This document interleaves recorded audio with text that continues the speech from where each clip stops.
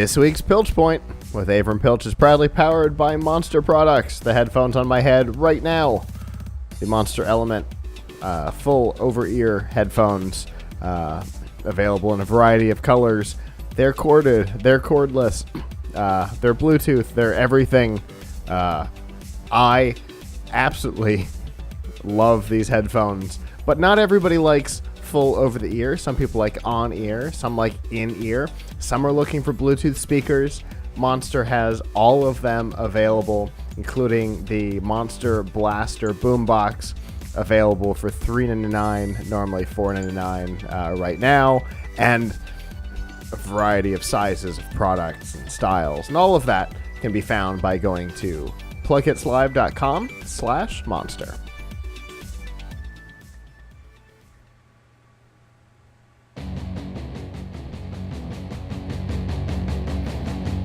And of course, that music means that it is time for the Piltch Point, with online editorial director of Laptop Magazine and Tom's Guide, Avram Piltch. Avram! Hey! Windows! Yeah! All right, Windows 10. We've got Windows. We've got Windows 10.0. They don't put version numbers. So this is this past week, Microsoft announced something that we've known about for how many months? 5 months? Something like 6 that. Months. Windows Creators Update, the next major update to Windows 10, is going to start rolling out officially, I think, the 11th. Yes. But you'll actually be able to force a download as soon as April 5th, Right. I think. Yes. And if you're Windows Insider, you already have all these features, so it's no news to you. But I think there are 10 million Windows Insiders and hundreds of millions of people using Windows. So if you're not a Windows Insider, you'll be getting these new features for the first time. As someone who is a Windows Insider, it was actually interesting for me I got to meet with Microsoft a couple of weeks ago because they like to have us, to hold a lot of press briefings in New York before they do these types of updates, so they can give us some demos of stuff. And even as someone who was a Windows Insider, I wasn't aware of all of the extent of all of the features until then. So I did get brushed up, and we have an article on Laptop Mag called The Best New Features of Windows 10 Creator Update. Now, the overall message that I have for everyone, though, is meh. Windows 10 Creators Update, I mean, you're going to get it if you have Windows 10. It's an automatic update. It's free. It's going to happen for you. It's not bad, but you may not, a lot of the features are kind of minor, and you may not end up using them. There are a couple of gems in there, though. Which feature do you like the best in the new version of Windows, Scott?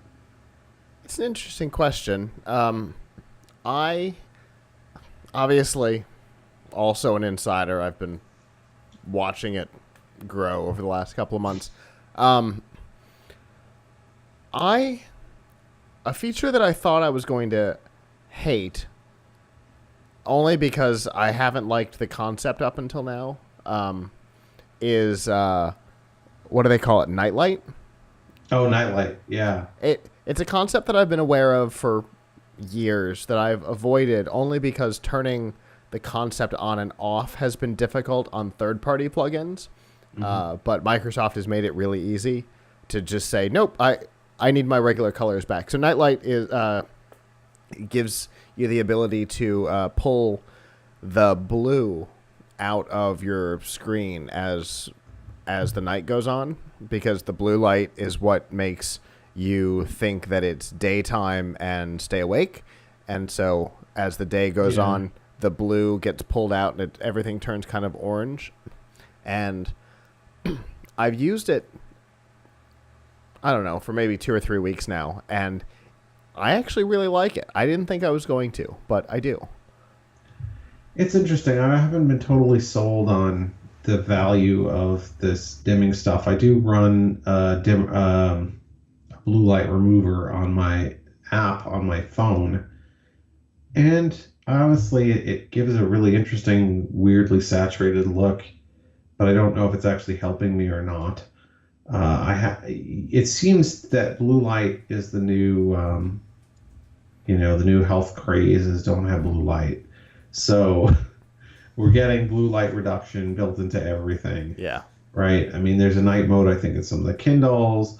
There's, in addition to the apps, I believe they're in newer versions of Android. You could probably do it by default. I mean, you could probably do it built in. Certainly been built into Mac OS for a while. So it's kind of a table stakes thing that a lot of people, it's just becoming part of the fabric of modern operating systems to do it. Yeah. I'm not sure that it's absolutely necessary.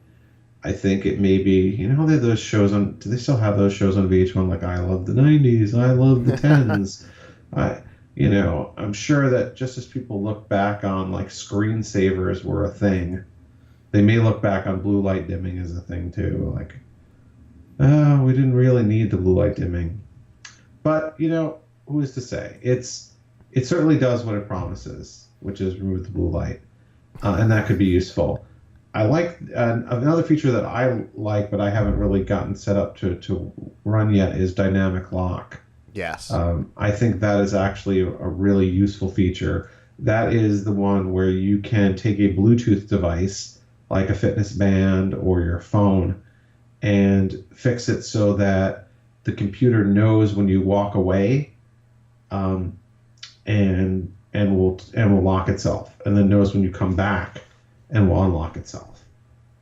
And that's good because remembering to lock and unlock your computer is something a lot of people forget, or they just kind of assume that like, oh, nothing bad's going to happen.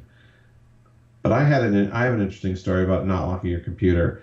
When I used to work for About.com, which I did for 9 years, one of the heads of IT was really big on teaching people that you got to lock your computer when you step away. So he would go around the office, and if he saw someone's computer unlocked, he would open up their email client, and he would email a note to the whole company from them saying, I love you all, and I wish I had locked my computer. So I've been trained that when I get up to go to the bathroom in my job, whatever, I usually remember to hit Windows L to lock my computer. Most of my colleagues don't.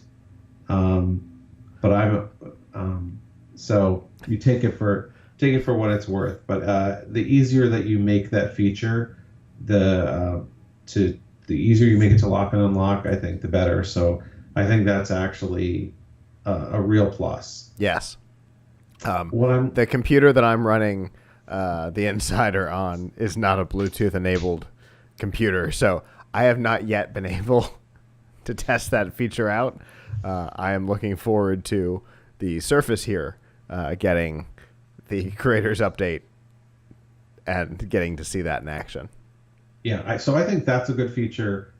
Some of the others just seem a little bit like nice to have, but you don't need it. Like the big sort of signature feature of Creator Edition is that there's a new version of Windows Paint 3D. So it's nice, you can make 3D objects. You can make there are lots of little built-in pieces of clip art. You can make a 3D fish in a 3D pond and rotate it around and share it with people. And there's a Remix 3D website where you can see other people's creations. However, why do you need this?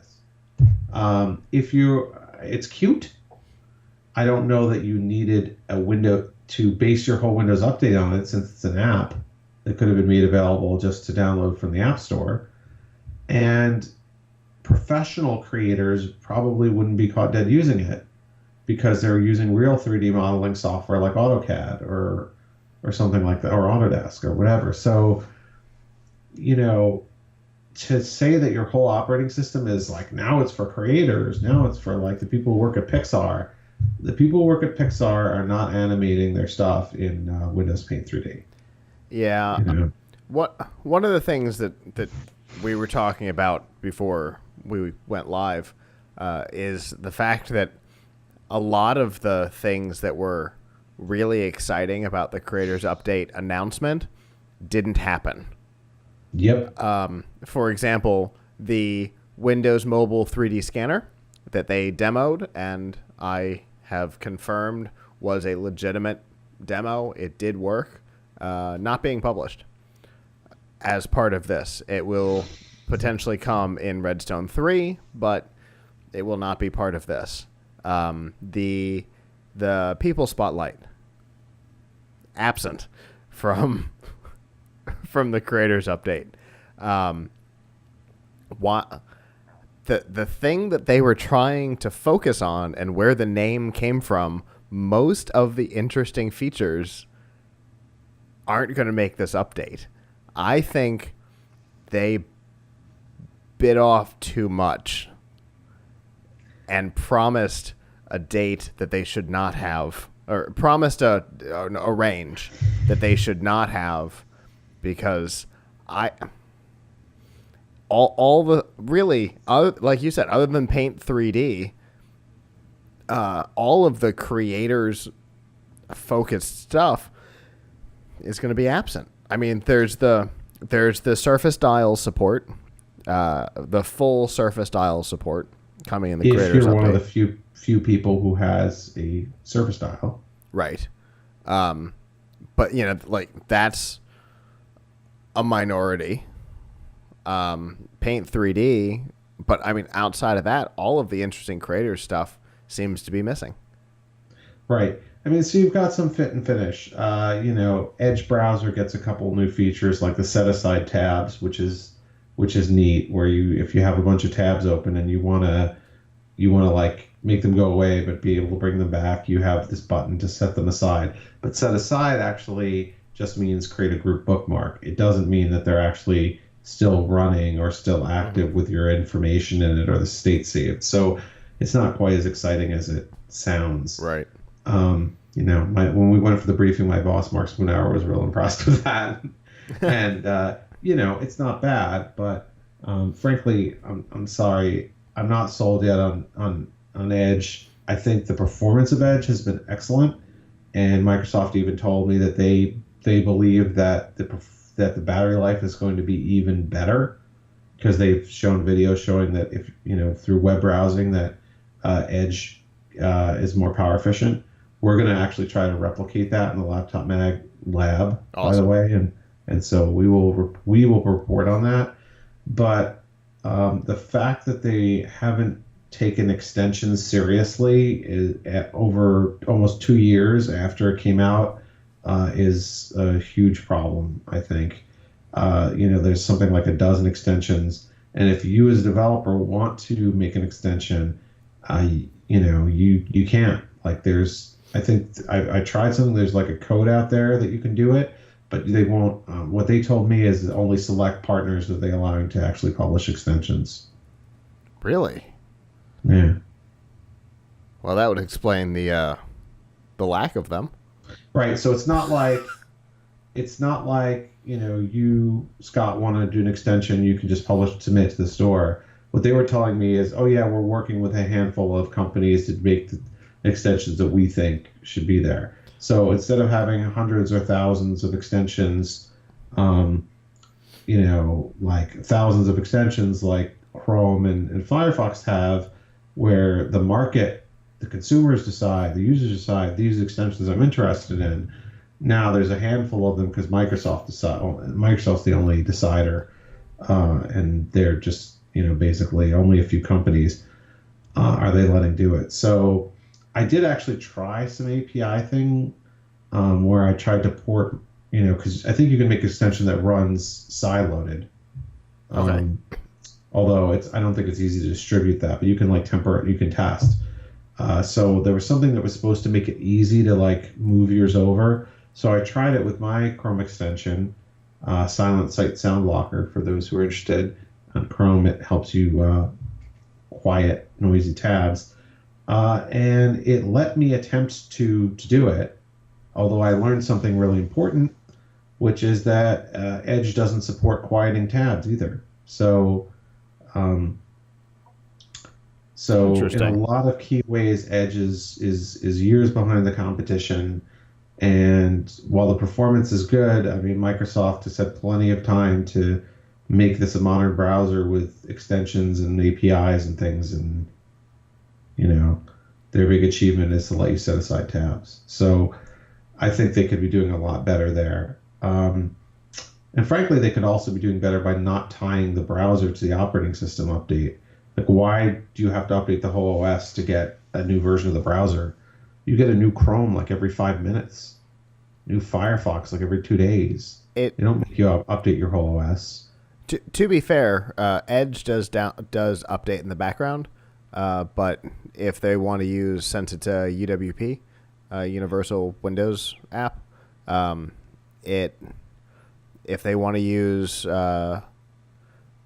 APIs that are being exposed in the new version, then that update can only exist in the new version. Yeah, obviously I don't fully understand it, but something like the set aside tabs, couldn't they have just put that, like, made that an automatic? It feels like it feels like a lot of the things that are in Windows 10 Creator Update are not operating system updates at all. They're just app updates that could have been done as app updates. Like Paint 3D, just make it available as a download. Yes. New functionality in the Maps app. That also doesn't need the whole OS to be updated. The Paint 3D is being distributed only on Creator's Update because it's taking advantage of APIs that didn't exist before. Okay. Now, anyway, could they have done 80% of it before, 85% of it on Anniversary Update? Yes, but the direct hardware access to do some of the cool 3D stuff and the ability to push from Paint 3D straight to a HoloLens or a Windows mixed reality headset would not have been possible in Anniversary. Got it. So without belaboring the point, Creators Update coming, some neat features, lots of things missing. You can check out laptopmag.com for a list of our favorite 10 features on Creators Update and decide for yourself whether they actually are helpful or not. Just because we were talking about Edge extensions, I am looking at the roadmap, and they are planning to accept public submissions to the store in the future. They're working to make sure that the thing actually works with their big partners before they let others in, according to the roadmap, which I'm good with. That since Edge has just in the last just in Anniversary Update just added extension capability, I'm good with them making sure that it works before pissing people off with that. Now, do I think that it's been long enough? Yes. Yeah. I think they had a chance to beta that, but whatever. If you want to compete in this, if you really want your browser to be taken seriously, then you need to have a large marketplace. Agreed. Anyway, so that's that. While we were talking, I figured I'd go to the Windows Dev Center and find out. Anyway, as per usual, Avram, great conversation. I'm looking forward to seeing the final version published, and you said that the 10 best is already on. It's already on our site. Go to laptopmag.com. It is there. Exciting times. And we have instructions on how you can force the update if you want to get it April 5th instead of April 11th or later. Fantastic. Well, thank you for the conversation. For the Piltch Point, we'll see you next week, but obviously you'll be around for the rest of the show. Yep.